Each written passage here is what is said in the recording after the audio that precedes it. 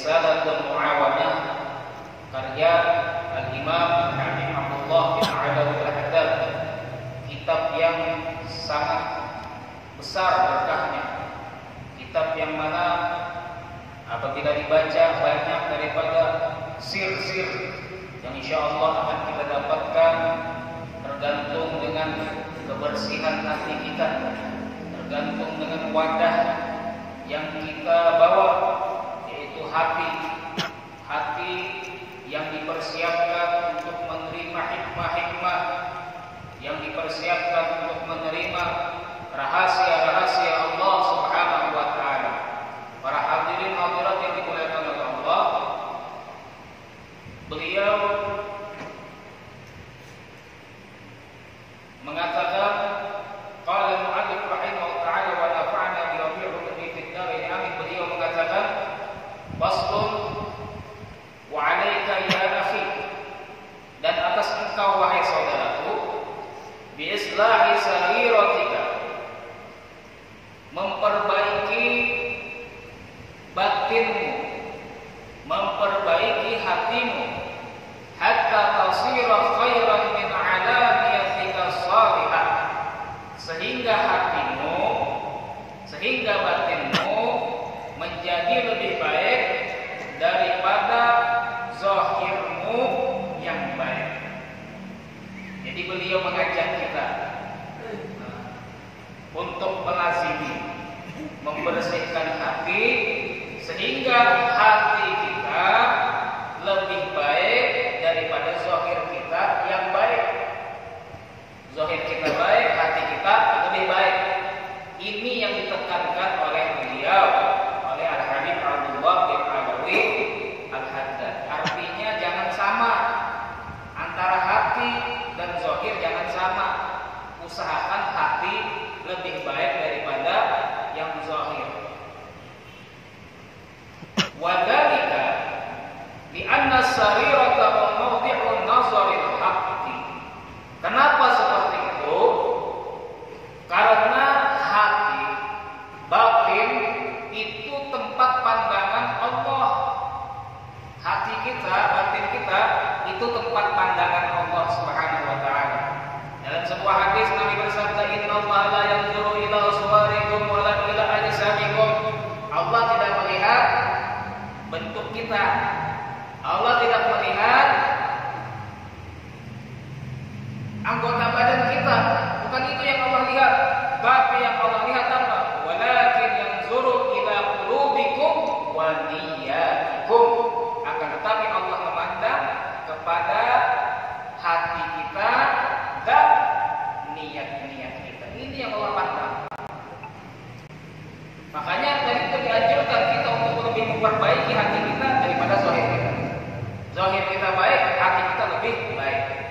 Zahir kita bagus, hati kita harus lebih bagus.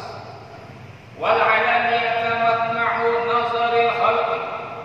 Dan yang zahir daripada perbuatan kita, daripada pakaian kita misalnya, itu adalah tempat pandangan makhluk.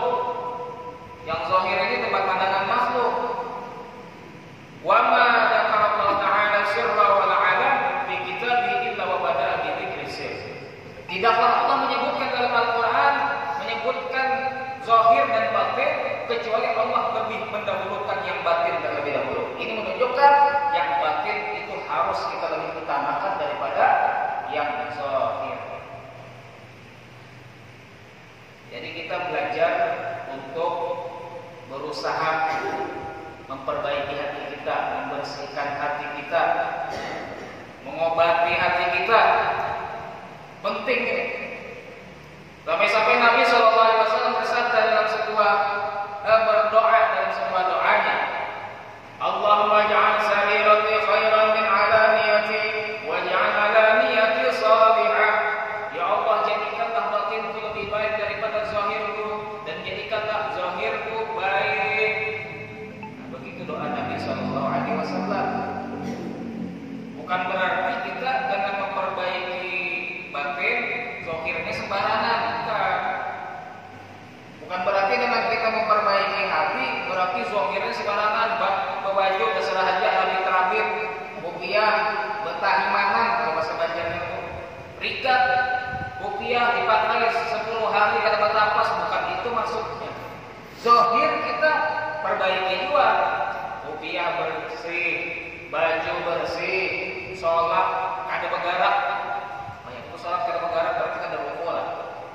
Bukan itu maksudnya. Sholatnya tenang, sholatnya tidak terlalu banyak bergerak kecuali yang penting-penting saja. Seperti gatal, kalau ditahan malah membuat kita tidak khusyuk, maka digaru aja dulu supaya setelah digaru bisa khusyuk lagi. Kalau ditahan nih gatalnya sampai selesai sholat kada khusyuk gara-gara memikirkan gatal.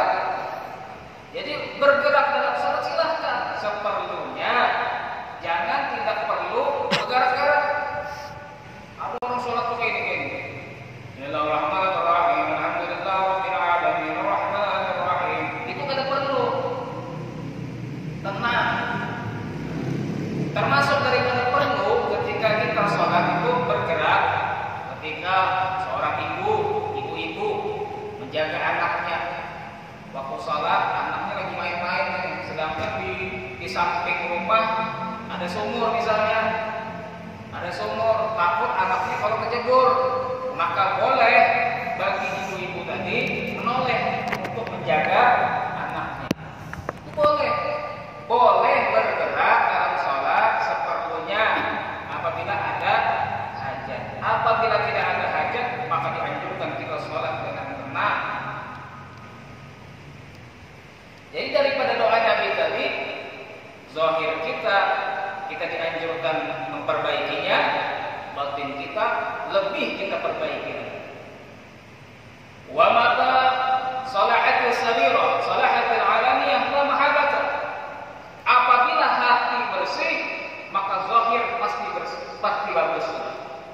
Kalau hati bersih, yang zahir pasti bagus. Kalau hati itu bercahaya, hati itu cemerlang, hati itu baik, maka zahirnya juga baik. Fa inna zahira abadan yakunu tabi'an lil batin salahan wa fasadan. Karena yang zahir itu selama-lamanya pasti mengikuti yang batin. Itu sudah pasti. Jeleknya dan baiknya mengikuti batin. Kalau batinnya baik, zahirnya baik juga. Kalau batinnya jelek, zahirnya jelek juga. Itu sudah pasti. Maka apabila ada orang mengaku-ngaku, orangnya kada sholat, orangnya gawiannya maksiat pokoknya, terus mengatakan hatiku bersih. Kalau hatiku bersih, yang penting itu hati. Adapun zahir ini pandangan makhluk. Yang penting itu hati bersih. Itu dustainya, pasti sudah dustainya. Kalau orang zahirnya kada baik, pasti hatinya kada baik. Zahirnya ketujuh menyambati orang. Oh, menyambati orang, setiap orang dikomentari. Oh, itu pengulang itu orang pintar itu. Semuanya disambati. Lalu ia mengatakan, aku hatiku bersih. Ini pasti dustainya. Kenapa? Dari zahir sudah nampak kalau yang dia perbuat itu adalah suatu kejelekan, maka hatinya juga jelek. Az-zahir yadullu 'ala al-batin, kata ulama. Yang zahir itu menunjukkan batin. Kalau kelakuan zahirnya baik, maka batinnya baik juga. Kalau kelakuan zahirnya kada baik, maka batinnya kada baik juga. Disabdakan oleh Nabi sallallahu alaihi wasallam, "Inna fil jasadi mudghatan." Sesungguhnya di dalam jasad itu ada satu gumpal daging. Yang mana satu gumpal daging tadi kecilnya seperti kalau kita menyuap daging, satu suap daging itu halusnya nah kayak itu dagingnya. Ada dalam hati itu, dalam hati manusia segumpal daging kecil. Idza salaha salaha biasa ilal jasad. Apabila daging yang kecil itu baik, maka seluruh jasad baik semuanya. Wa idza fasadat fasadat biasa ilal jasad. Apabila daging yang kecil itu jelek, rusak, maka jeleklah, rusaklah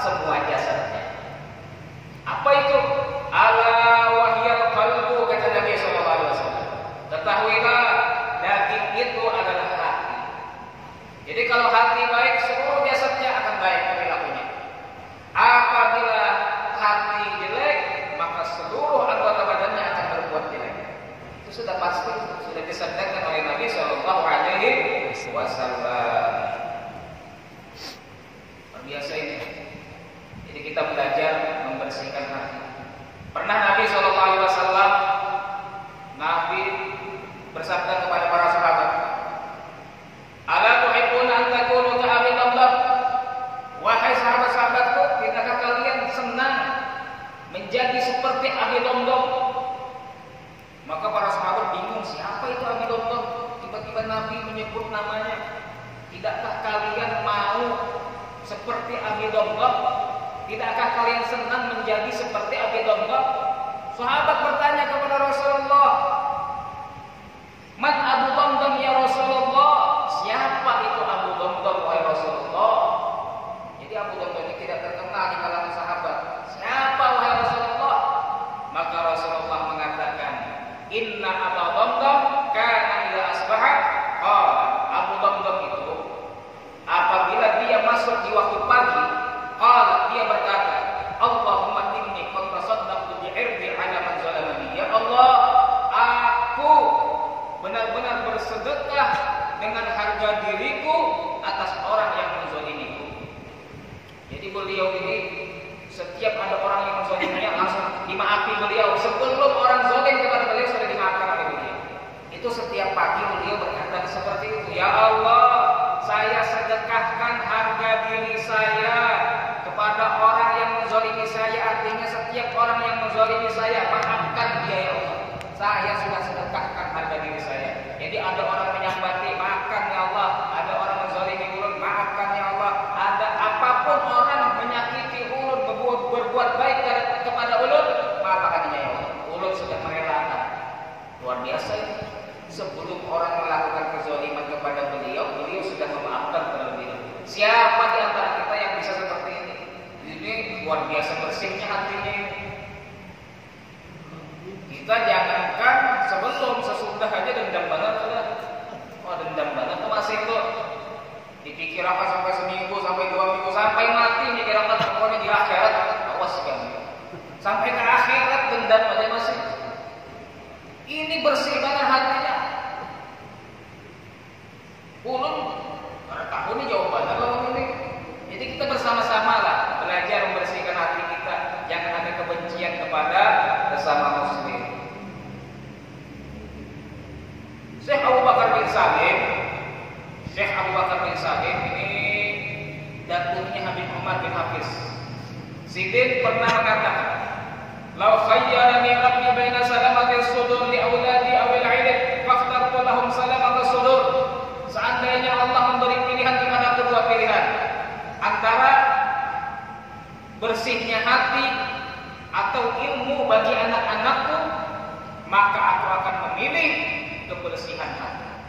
Jadi andaikan Allah memberikan tawaran, wahai Abu Bakar bin Salim, saya beri pilihan kepada kedua pilihan, mau kebersihan hati atau ilmu untuk anak-anakku, maka beliau akan memilih kebersihan hati daripada ilmu. Karena kebersihan hati lebih penting daripada ilmu. Orang yang punya ilmu belum tentu masuk surga. Lihat siapa? Syaitan. Syaitan itu alim, tapi masuk neraka. Kenapa? Karena tidak bersih hatinya, sombong, merasa lebih baik daripada Nabi Adam alaihissalam, masuk neraka. Itu syaitan itu gurunya para jin, gurunya para malaikat. Itu syaitan, gurunya para malaikat, tukang khotibnya para malaikat, itu penceramahnya para malaikat. Ini malaikat itu murid-muridnya syaitan bahari. Kenapa syaitan rusak? Kenapa syaitan dilaknat? Karena kesombongan, hatinya kotor. Jadi lebih memilih hati bersih daripada ilmu. Lebih baik jadi orang jahil tapi hati bersih daripada jadi orang alim tapi hati kotor. Begitulah para salafus saleh, pendahulu kita yang saleh. Bagaimana mereka membersihkan hati mereka, bagaimana mereka menginginkan kebersihan hati. Kemudian Al-Habib Abdullah mengatakan, wa'lam anna man idda'a anna lahu sariratan 'amiratan wa kana qad kharrafa 'alaniyatan bi tarki ta'ah az-zahirah fa huwa mudda'in kadzdzab. Ini yang seperti ulun sebutkan tadi. Sesungguhnya orang yang mengaku bahwasanya dia mempunyai hati yang bersih, mempunyai hati yang baik, akan tetapi dia merobohkan zahirnya dengan meninggalkan ketaatan yang zahir, maka dia adalah tukang pengaku yang pembohong, kata beliau. Apabila orang mengaku hatinya bersih namun dia tidak sholat, berarti pembohong. Apabila dia mengatakan hatinya bersih, hatiku ini soleh, hatiku ini bertakwa, akan tetapi dia tidak mengerjakan puasa di bulan Ramadan, berarti dia pembohong, tukang kaku, pengakuan. Kalau bahasa bacanya orang ini pengakuan dan pembohong orang ini.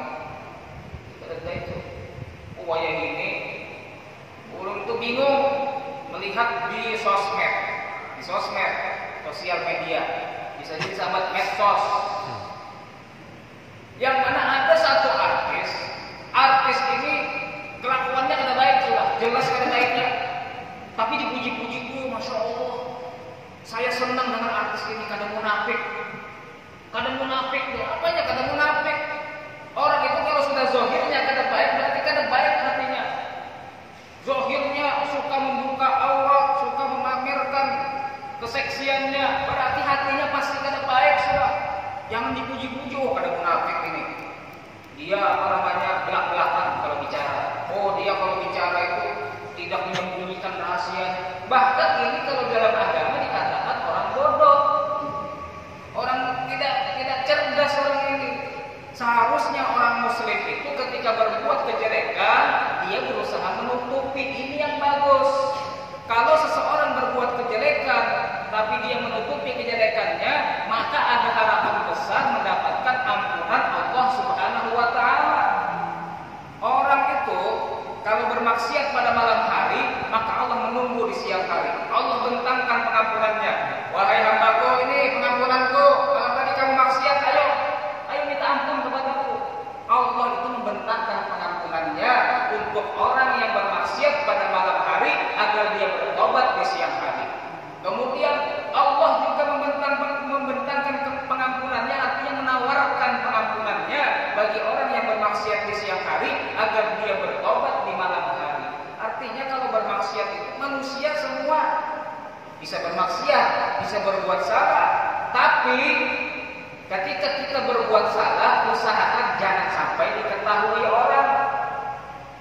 Bukan berarti kita gara-gara diketahui orang lalu aja maksiat terus, ada, bukan itu maksudnya.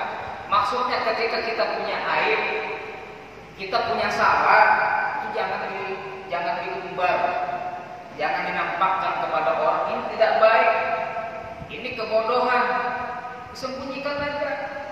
Beruntung kita ini punya Allah Subhanahu wa taala yang mempunyai sifat As-Sattar, Maha penutup aib yang dibuka. Maka dikatakan oleh guru-guru kami, ketika ada orang itu hamil di luar nikah. Bukan hamil di luar nikah. Kalau hamil di luar nikah nampak sudah itu. Kalau misalnya ada orang perempuan ini sudah kada bujang lagi, kemudian dia ingin menikah, apakah dia harus menyebutkan bahwasanya dia tidak bujang lagi? Itu tidak perlu disebutkan. Biar aja pendiam aja. Diam aja. Kada perlu membantah lawan lakinya. Menikah aja. Kalau misalnya sudah menikah kemudian ketahuan, terserah dia aja lagi. Kalau mau menetapkan perkawinannya, alhamdulillah. Kalau dicerai, kada apa-apa. Jadi ini nasihat bagi perempuan-perempuan ketika sudah hilang keperawanan di luar nikah, kemudian Anda bertaubat kepada Allah, jangan Anda ceritakan perbuatan perzinahan itu kepada calon suami. Jangan sebutkan kalau Anda itu tidak perawan lagi kepada suami, itu sama saja membuka aib sendiri kepada orang lain. Jadi tutup aib. Nah, ini yang dianjurkan oleh para ulama kita. Jadi tadi orang yang mengaku bahwasanya dia punya hati bersih, padahal secara zahir dia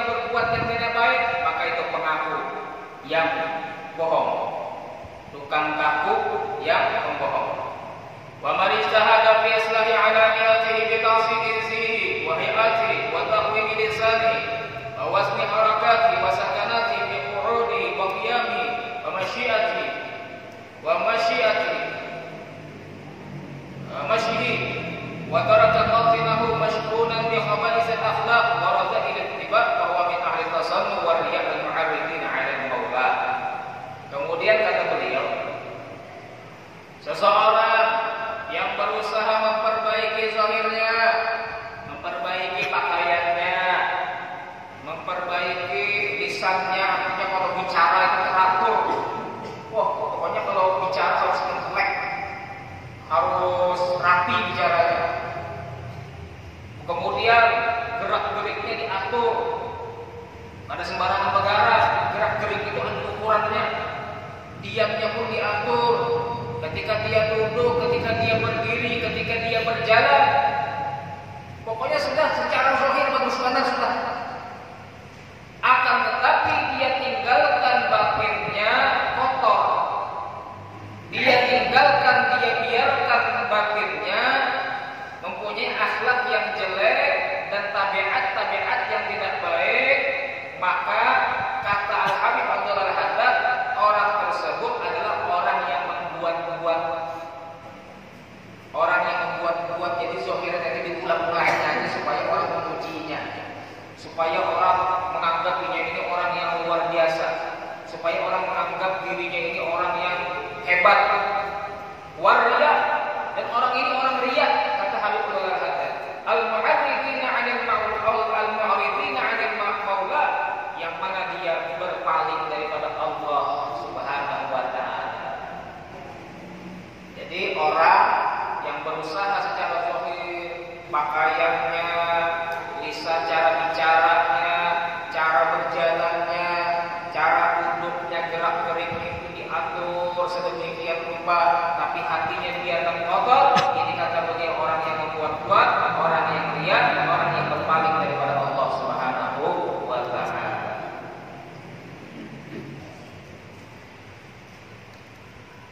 Kemudian dikatakan oleh para ulama,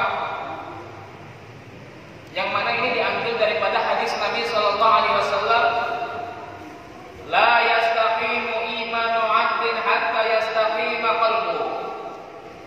Tidak akan lurus imannya seorang hamba sehingga lurus hatinya. Tidak akan lurus imannya seorang hamba sehingga lurus hatinya.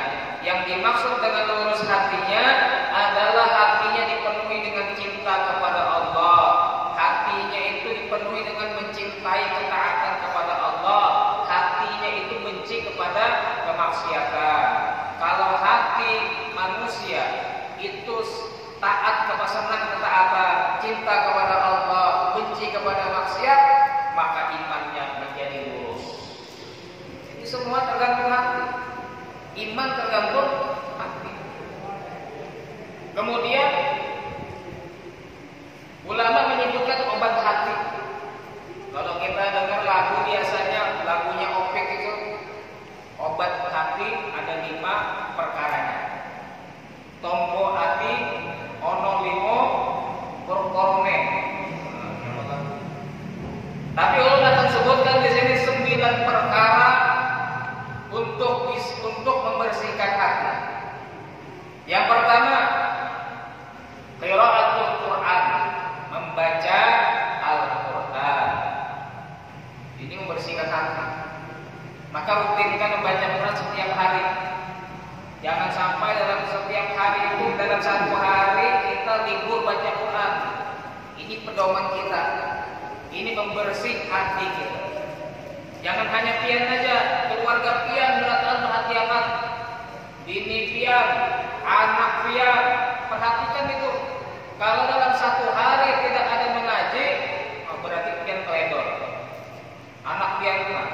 Jangan sampai dia dalam 1 hari itu, sampai dalam 24 jam tidak ada sama sekali mengaji, berarti pian teledor sebagai orang tua. Teledor. Masa mengaji pian sampai lupa perhatikan ini. Sholatnya perhatikan, mengajinya perhatikan, kalau perlu tahajudnya perhatikan, tumbuhannya, perhatikan juga. Karena anak piatu waktu kecil itu yang penting, pendidikan waktu kecil itu yang penting. Kalau sudah tua, sulit sudah. Kalau sudah umurnya 70 tahun baru pian 17 tahun, 10 tahun sudah mati sudah pian semua anak pian 70 tahun. Anak pian umurnya 17 tahun baru pian mau mendidik itu agak sulit sudah. Ibarat pohon. Pohon itu kalau masih kecil, masih baru-baru ditanam, maka enak kita mengarahkannya, bisa diarahkan ke kanan, ke kiri. Itu pohon yang di pinggir-pinggir jalan itu, seperti yang di depan masjid mana itu, sepunggur itu. Ada kan pohon yang melengkung-melengkung. Itu bisa diarahkan mulai apa? Mulai kecil. Kalau sudah besar baru dibentuk dari awal, dibentuk dari kecil. Nah, begitulah manusia lebih mudah dibentuk ketika kecil. Entah kayak apa kita membentuknya, membentuk jadi orang baik. Dari kecil sudah ditanamkan pelajaran-pelajaran Islam, ditanamkan pelajaran-pelajaran agama. Kemudian yang kedua, daripada obat hati adalah khala'ul batni bi taqlilil kalam, mengosongkan perut, bitaklil akal, dengan sedikitnya makan. Perut ini jangan banyak makan. Nah, jangan banyak diisi makanan, seperlunya aja makan. Tapi kalau sekali-kali, tidak apa-apa sekali-kali. Waktu selamatan, waktu ada acara, takbirannya makan 2 piring. Tapi untuk makan pian sehari-hari jangan sering-sering kenyang. Jangan sering-sering kenyang karena bisa membuat hati jadi rusak. Yang ketiga, qiyamul laili min ibadah, mendirikan malam, isi waktu malam dengan ibadah kepada Allah. Ini dapat membersihkan hati. Kemudian yang keempat, at-tadarru' 'inda sahar, bertadarru', tunduk kepada Allah ketika waktu sahur. Waktu sahur itu sebelum subuh. Biasanya kita sahur kan dekat-dekat subuh itu. Nah, mungkin sekarang ini sekitar jam 4 itu waktu sahur itu. Tadarru' waktu sahur, artinya berdoa kepada Allah waktu sahur. Astagfirullah, ampuni ulun ya Allah, betapa banyak dosa ulun ya Allah, ampunilah kekurangan ulun ya Allah. Nah, itu tadarru' kepada Allah ketika sahur. Dan yang bagus kita amalkan ketika kita mendekati masuk waktu subuh itu, bagus kita amalkan memperbanyak istighfar kepada Allah, memperbanyak minta ampun kepada Allah Subhanahu wa taala, sambil kita menyesali kesalahan-kesalahan yang telah kita lakukan dan kita berusaha untuk memperbaiki perbuatan-perbuatan kita menjadi lebih baik lagi. Yang kelima, mujalasatus shalihin, duduk bersama orang-orang saleh. Duduk dengan orang-orang saleh, cari orang-orang saleh. Di mana orang-orang saleh? Ya di masjid. Rancak duduk di masjid. Salat berjamaah di masjid, akan berkumpul dengan orang-orang saleh. Gabung ke majelis-majelis taklim. Ada di rumah-rumah pengajian-pengajian, gabung di situ untuk bergabung dengan orang-orang saleh. Berkumpul dengan orang-orang saleh akan dapat membersihkan hati. Memandang wajah orang saleh dapat mengingatkan kepada Allah Subhanahu wa taala. Kemudian as-samtu 'amma la ya'ni, diam daripada ucapan yang tidak perlu. Jadi tidak berbicara kecuali yang perlu. Siapa itu? Sahabat Abu Bakar As-Siddiq. Beliau melatih supaya lisan beliau tidak mengeluarkan kata-kata yang tidak perlu, maka beliau masukkan batu ke mulutnya sehingga tidak berbicara kecuali yang perlu saja. Jadi kalau ketika beliau ingin berbicara yang perlu, beliau keluarkan batunya, kemudian beliau berbicara secukupnya, kemudian beliau masukkan lagi. Sampai beliau sudah terlatih seperti itu, baru batu itu dilepas oleh beliau untuk selamanya. Ini latihan sahabat Abu Bakar As-Siddiq sampai sebegitu. latihannya untuk menjaga lisan daripada ucapan yang tidak penting. Kemudian yang ketujuh, al-uzlatu an ahlil jahl, menjauhi orang-orang bodoh, menjauhi orang-orang bodoh, menjauhi orang-orang yang ahli maksiat, menjauhi orang-orang yang pikirannya pikiran duniawi, jauhi itu. Maka itu akan dapat membersihkan hati. Tapi kalau pian berkumpul lawan orang yang duniawi aja pikirannya, orang yang pikirannya maksiat saja, ini membuat hati rusak. Berkumpul dengan orang yang duniawi aja pikirannya, pian hendak juga kayak itu, Pak. Ini harus pegawai yang ini, pokoknya harus begini, pokoknya aku harus kawan juga kayak ini yang diisi itu, bini dua. Ini malah hati menjadi rusak. Akhirnya hati tidak ingat lagi dengan akhirat, tapi memikirkan bagaimana di dunia ini bahagia. Kumpul dengan orang ahli maksiat, akhirnya ingin maksiat juga. Karena orang itu akan berperilaku dengan perilaku orang-orang yang sering dia kumpuli. Jadi kalau sering nongkrong lawan orang ahli maksiat, tidak lama dia akan ikut maksiat juga. Kumpul dengan orang soleh, kumpul dengan orang-orang yang baik, maka dia pun akan menjadi orang yang baik juga.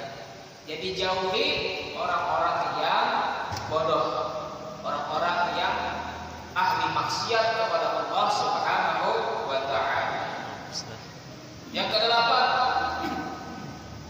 tarkul khawdi finnas, meninggalkan masuk di dalam urusan manusia. Maksudnya apa? Jangan terlalu mencari-cari info-info yang tidak penting. Oh, ini gawiannya cari info aja, berita aja. Apalagi berita di TV itu banyak dustanya. Berita di televisi itu banyak dustanya. Itu menurut kepentingan yang punya televisi, yang punya apa? Yang punya TV itu bisa diatur. Jadi pian jangan langsung percaya dengan apa yang diberitakan di TV.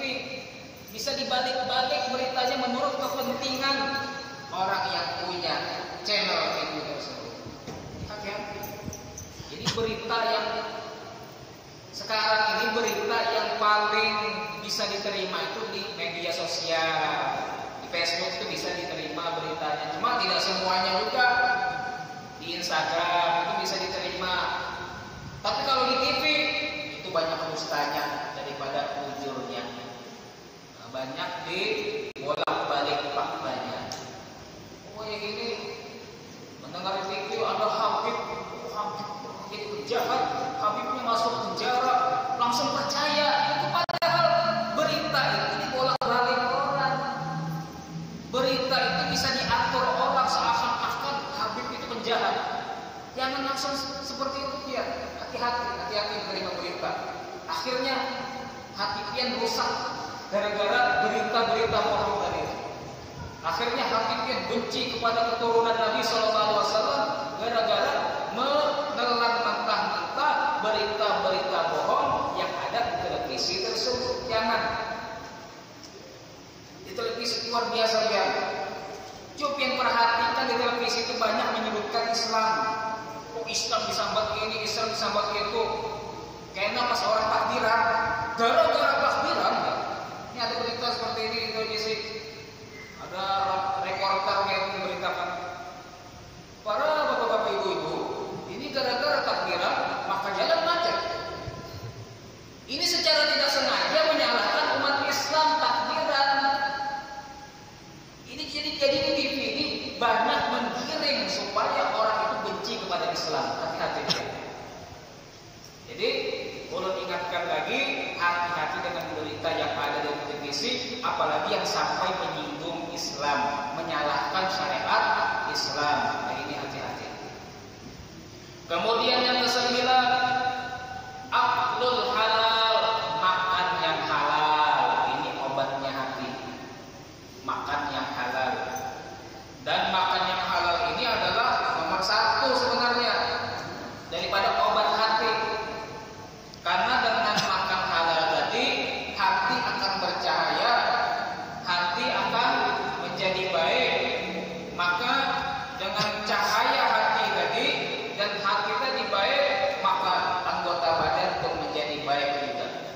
Jadi ini yang paling kita perhatikan, makan yang halal. Jangan sembarangan memasukkan makanan ke dalam mulut dan menjadi daging di dalam badan kita. Setiap daging yang tumbuh daripada haram, fannar aula bihi, maka neraka lebih utama masuk yang dimasuki oleh daging tersebut. Jadi kalau ada orang makan haram, misalnya dapat duit 1.000, mencuri duit 1.000, tukar roti aja 1.000, dia makan roti tadi jadi daging, maka daging yang jadi daripada roti tadi pantas masuk neraka.